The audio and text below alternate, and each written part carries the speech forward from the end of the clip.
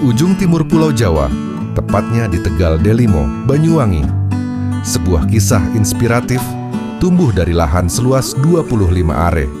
Bukan cerita tentang teknologi canggih atau pupuk kimia modern, tapi tentang kembali ke akar, kembali ke alam. Dialah Haryanto, seorang petani lokal yang dengan tekun mengelola kebun jambu air miliknya. Namun yang membedakan Haryanto dari petani lainnya adalah pilihan metode bertani organik tanpa bahan kimia. Kunci keberhasilan Haryanto terletak pada satu bahan ajaib, bokashi.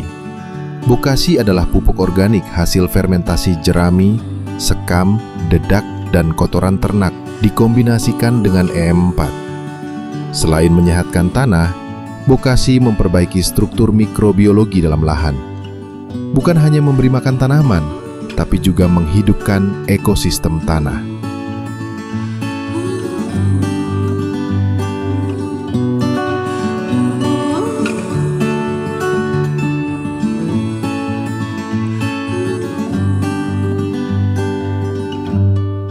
Halo Sobat Organik, bagaimana kabarnya hari ini? Semoga semua dalam kondisi sehat dan berbahagia. Senang sekali saya Dimas Abu Faris kembali menyapa Sobat Organik sekalian di channel EM4 Indonesia Official. Saat ini saya bersama dengan Mas Haryanto, seorang petani milenial. Dikatakan milenial karena masih muda dan ingin berkarya dengan salah satu budidaya tanaman yaitu jambu air, tepatnya ada di Kabupaten Banyuwangi. Saat ini di samping saya sudah ada Mas Haryanto. Mas Haryanto, bagaimana kabarnya? Baik.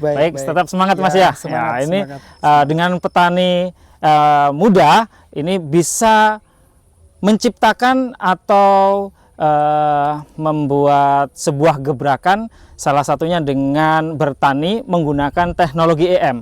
Mas, kalau boleh tahu nih, ini sepertinya saya lihat-lihat terkonsep dengan rapi untuk pertanian ini. Di kanan kiri ini berbeda komoditi. Masnya memilih untuk menanam jambu air. Ini kenapa harus jambu air? Kenapa nggak sama dengan yang kanan dan kirinya ini? Karena begini, di sini itu Tegal Delimo ya, khususnya ini sentra kan Buah Naga. Buah Naga. Ya, kita ingin berinovasi. Jadi kalau yang tanam jambu air ini sementara di Tegal Delimo masih bisa dihitung dengan jari.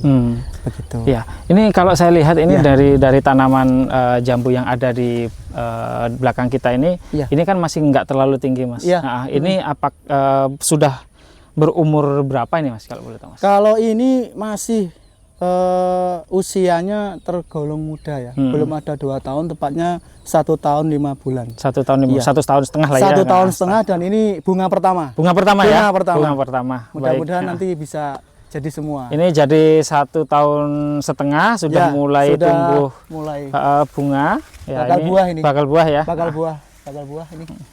Yang di sini, yang di dalam juga ada. Oke.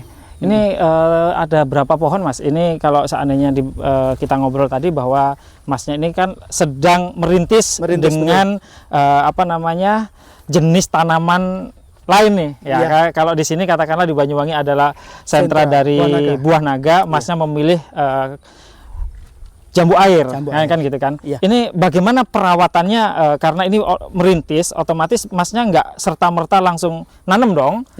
Pasti kan harus riset dulu, kemudian bagaimana caranya untuk menanam. Ini bagaimana perlakuannya, Mas? Kalau jambu air ini tidak beda jauh dengan tanaman jeruk ya. Cuman pengolahan tanah, terus pengobatan pestisida secara rutin, seperti itu aja. Ini penggunaannya untuk pestisida apakah full dengan kimia atau kita pakai organik? Pakai organik.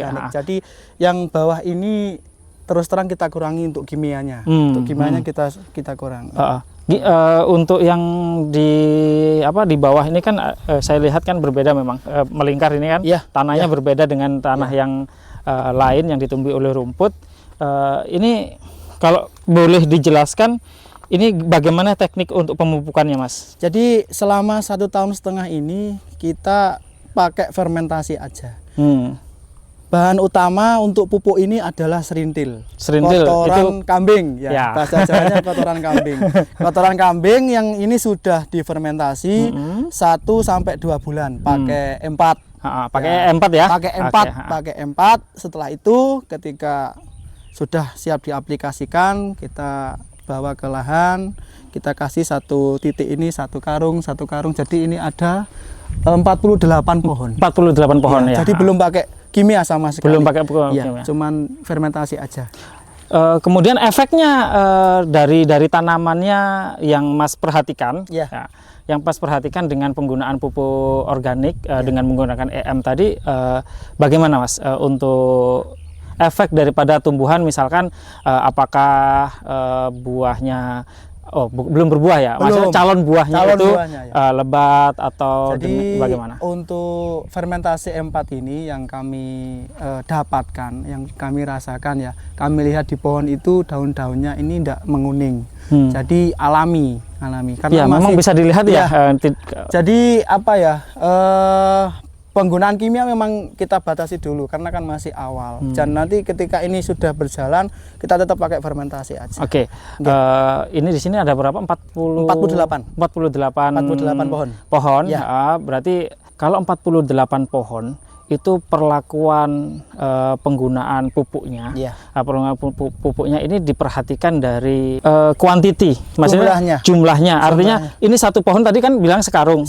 Sekarung ukuran berapa itu? Sekarung itu kurang lebihnya 20 kilo. 10 sampai 20 kilo. 10 sampai 20 kilo. Rata semua ya, karena usianya sama nih ya. Usia sama. Berarti tanam bareng ya. Tanam bareng, masa pemupukan bareng, jumlahnya sama, dan waktu pemupukannya juga saya samakan. 1 bulan. Oke. Tunggu fermentasi itu. Ini yang di kebun ini adalah kebun yang pertama. Kebun pertama dalam artian ini adalah bakal buah yang pertama. Sebelumnya sudah pernah nanam ini di tempat lain mungkin? Belum. Kita merintis dari awal memang. Kita belajar dari ini. Sebelumnya itu belum nanam tapi belajar dari tanaman jeruk di petani-petani lain. Gitu. Karena kebanyakan pupuk kimia, jeruk-jeruk itu di sini daun-daunnya itu menguning dan lain sebagainya. Dan tanahnya apa? Mengeras seperti itu. Makanya di sini saya berinovasi ya. Berinovasi dari kotoran kambing itu kami olah dengan fermentasi E4. Seperti itu. Ada kendala nggak Mas? Apa sih yang namanya juga inovasi, apalagi baru mencoba, kemudian varietas yang anti mainstream lah bisa dikatakan. Biasanya di sini adalah sentra buah naga. Anda sendiri yang berbeda. Nah, biasanya kan untuk sharingnya, kalau sesama petani buah naga kan, aku punya masalah ini nih. Biasanya kan perlu sharing nih. Nah, kalau bagaimana Masnya kalau seandainya ada suatu hal yang menjadi ganjalan ini?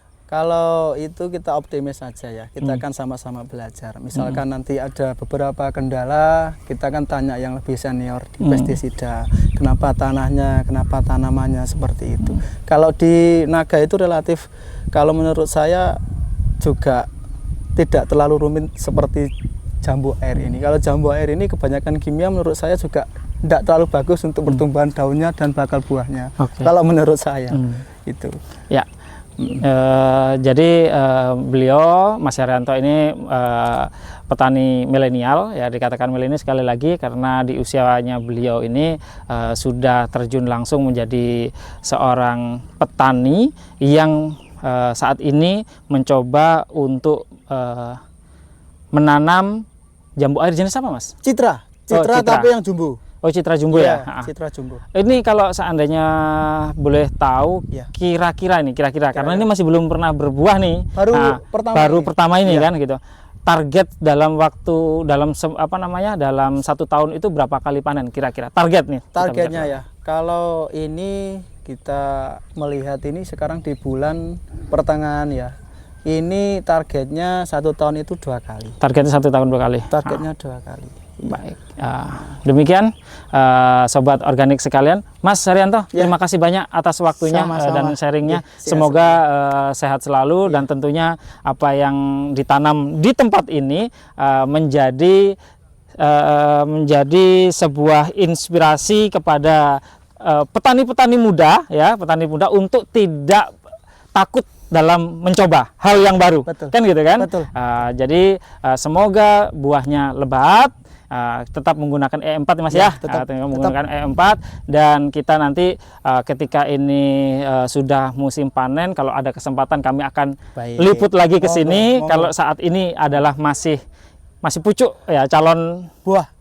Ya, nanti kalau ada kesempatan kita akan bermain lagi, jalan-jalan lagi ke sini untuk melihat proses panen dari Mas Haryanto. Jadi terima kasih sekali lagi Mas Haryanto atas waktu dan inspirasinya. Terima kasih kepada rekan-rekan Sobat Organik yang senantiasa menonton kami. Jangan lupa sekali lagi untuk like, share, dan subscribe kami dengan mengaktifkan tombol loncengnya di channel E4 Indonesia Official. Bersama saya Dimas Abu Faris, kami pamit undur diri. Terima kasih dan salam organik.